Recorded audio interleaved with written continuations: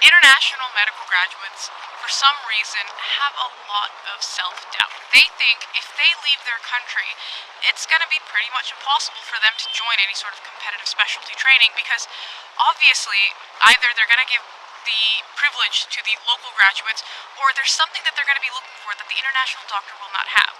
So that's not true in the United Kingdom. That may hold true for other countries when you go abroad, but the UK is a little bit different, and that's what we're going to talk about today.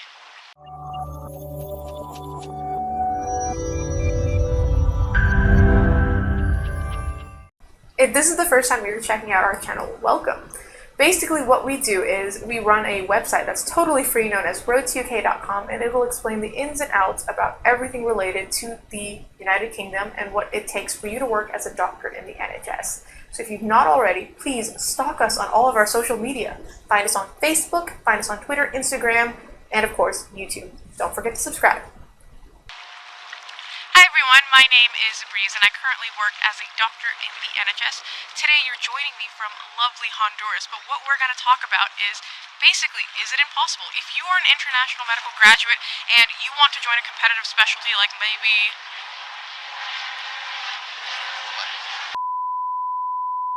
So if you're thinking, look, I really want to join a competitive specialty, is it even worth it for me to think about going abroad? Because what if my chances are pretty much nil and I have to do a common specialty like family medicine or internal medicine because that's the only thing an international doctor can get?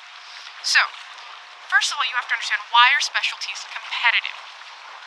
The way it works, and I'm sure it's the same in your country, is there are only so many seats for certain specialties, and if there are more people applying for those specialties, guess what? The competition will increase, because think about it, if there are only 5 seats but 50 people apply, versus if you have a specialty where there are 50 seats and only 5 people apply. It's as simple as that. That doesn't necessarily make any one specialty better than the other. It's about your interest.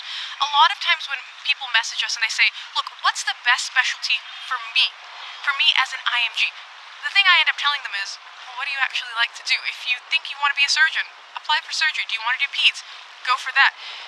Don't take a specialty under your wing just because you think that's the easiest thing for me or that's the only thing I can achieve. That's definitely not true.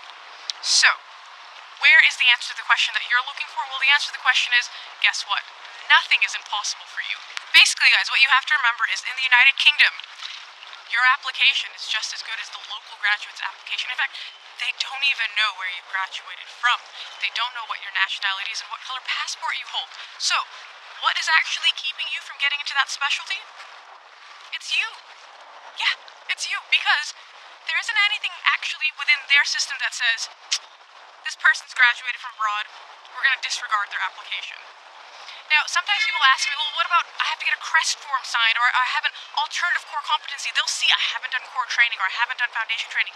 Again, that does not matter. What they actually are seeing when you get down to it is they're like, okay, let's look at this person's portfolio. Now, what can you do to maximize your chances to build that portfolio? Now, we're going to speak broadly. The reason we're going to do that is because every specialty will have its own grading rubric, its own scoring for you to understand, all right, this is what I need to do to get this many points. So what you need to do is check out their specialty recruitment websites. See what they say, maybe how many points you get for a particular thing that you do. Maybe you get more points for doing something on top of that. And then, what the breakdown is for your portfolio and for your interview. What does the interview consist of? Generically, you'll see stuff like teaching. Okay, you can get feedback for your teaching. This doesn't mean you have to be a lecturer in your college or anything like that. It could be, just the basic bedside teaching. You're teaching medical students or nursing students. Maybe you guys have a weekly teaching that happens in your department or in your hospital. Other things are quality improvement projects and audits. I know a lot of you kind of get worked up because you're like, well, my country doesn't understand what this is, or it's impossible for me to get this done because it's just not a concept, and that's okay. You can go through our articles about audits and quality improvement projects. We also have a video covering it. It's not something you couldn't introduce. I know a lot of people have come back and told us, actually, yeah, I sat down with my department and I said, this is what I'm trying to do, and they were more than happy for me to do it. And you just have to collect the evidence at the end of the day. It's nothing major. Other stuff that you can think about doing, which most of you I'm sure have, are forms of publications or research. Now, again, look at your scoring rubric and see what form of a publication, like do you have to be a first author to get the most points? Does it need to be PubMed cited? Will they take any publication so long as something, meets whatever criteria they've laid out? See whatever that criteria is. Remember, for all these categories that I've already talked about, there will be a lower tier and an upper tier, which means that if you do the bare minimum for that category, you'll get some points, but if you do everything that they say to do in that category, you'll get the maximum amount of points. Now, the one part that a lot of IMGs fixate on is that they're like, okay, I want to get an academic degree, because sometimes in those rubrics, the things that'll get you the most points will be like a PhD or a particular master's. Now guys, I'm not dissuading you from doing an academic degree if you really feel that it'll add something to your application, but remember, it's not necessary. People are able to get into specialties without an academic degree. Yes, even if they're competitive. You have to look at the other things on the rubric and see, alright fine, if this academic degree gets me 8 points, if I also actually do a national publication or a national presentation, it'll get me the same amount of points, and I won't have to spend, buckets of money and dedicate a portion of time aside that you would have to do for an academic degree. That actually might make more sense for you, both fiscally and, of course, how you're spending your time. So just think about that before you go into saying, all right, I'm just going to take any sort of academic degree and see what happens, especially because a lot of the time we don't know what degree we want to do, and we think we'll just take any degree because at least it'll get us some points. Now, certain specialties might have extra things that other specialties don't, which is why it's really important for you to check out the rubric. What I mean by that is there are certain specialties where if you do a taster week, we have a video talking about what a taster week is, but basically speak to your local postgraduate center and see if you can arrange some time to shadow that particular specialty that you're interested in. That can also get you points in your application. Other things you can do is if you already have experience and you have a clearly documented logbook of what you've already done in your country, that also in certain specialties can be added towards your score. So don't think that if you have done a lot back home that all of your options are closed because they're going to want, local experience or British qualifications. There's nothing like that.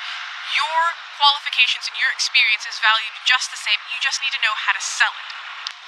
The other thing a lot of people get really hung up on is, well, I don't know anyone who's gotten into the specialty from my country, so it must mean it's totally impossible. And guys, why do you have to know someone?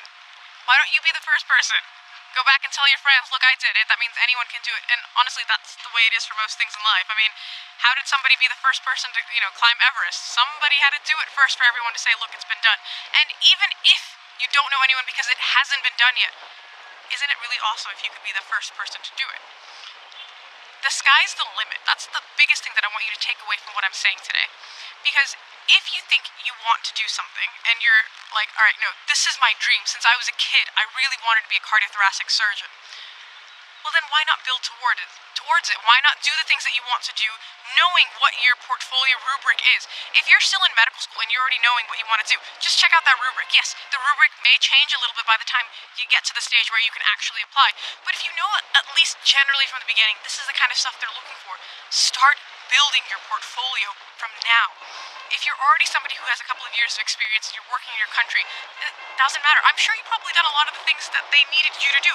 Because, see, what a lot of you forget is it's often that the specialties that are competitive in the United Kingdom will be competitive in your own country as well. I don't know anyone who would say that neurosurgery is a really easy specialty to get into and it's not competitive at all. Again, the real reason being you only need so many neurosurgeons and there are going to be a lot of people applying into it. So the same will hold true in the United Kingdom. If it's competitive back home, it's probably competitive here.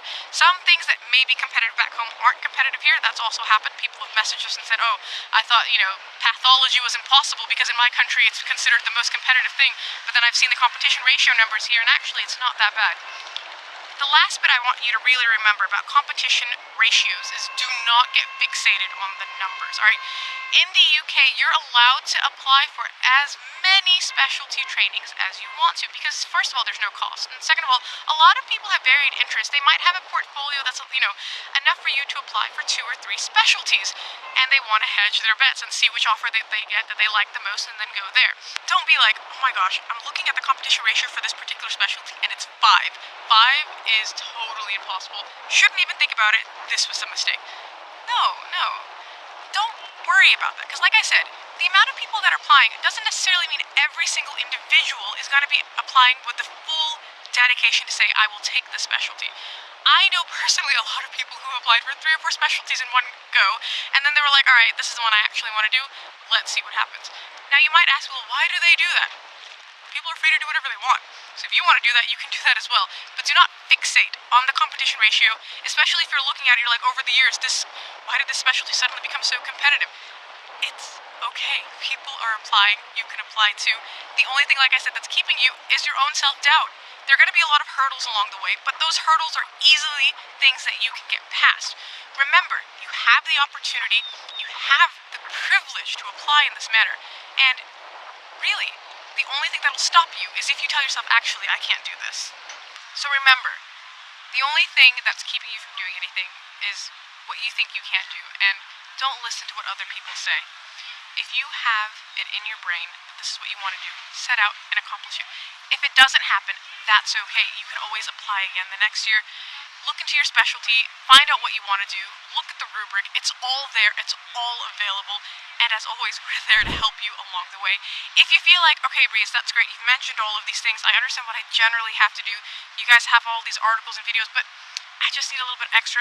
Fantastic. We have personalized guidance sessions that you can book in with us, but if you think, no, I've got it, by all means, do your own thing. So, until next time, guys, please subscribe to our YouTube channel, follow us on Facebook, Instagram, and Twitter, join our forum, and subscribe to our newsletter, and we'll see you next time. Bye.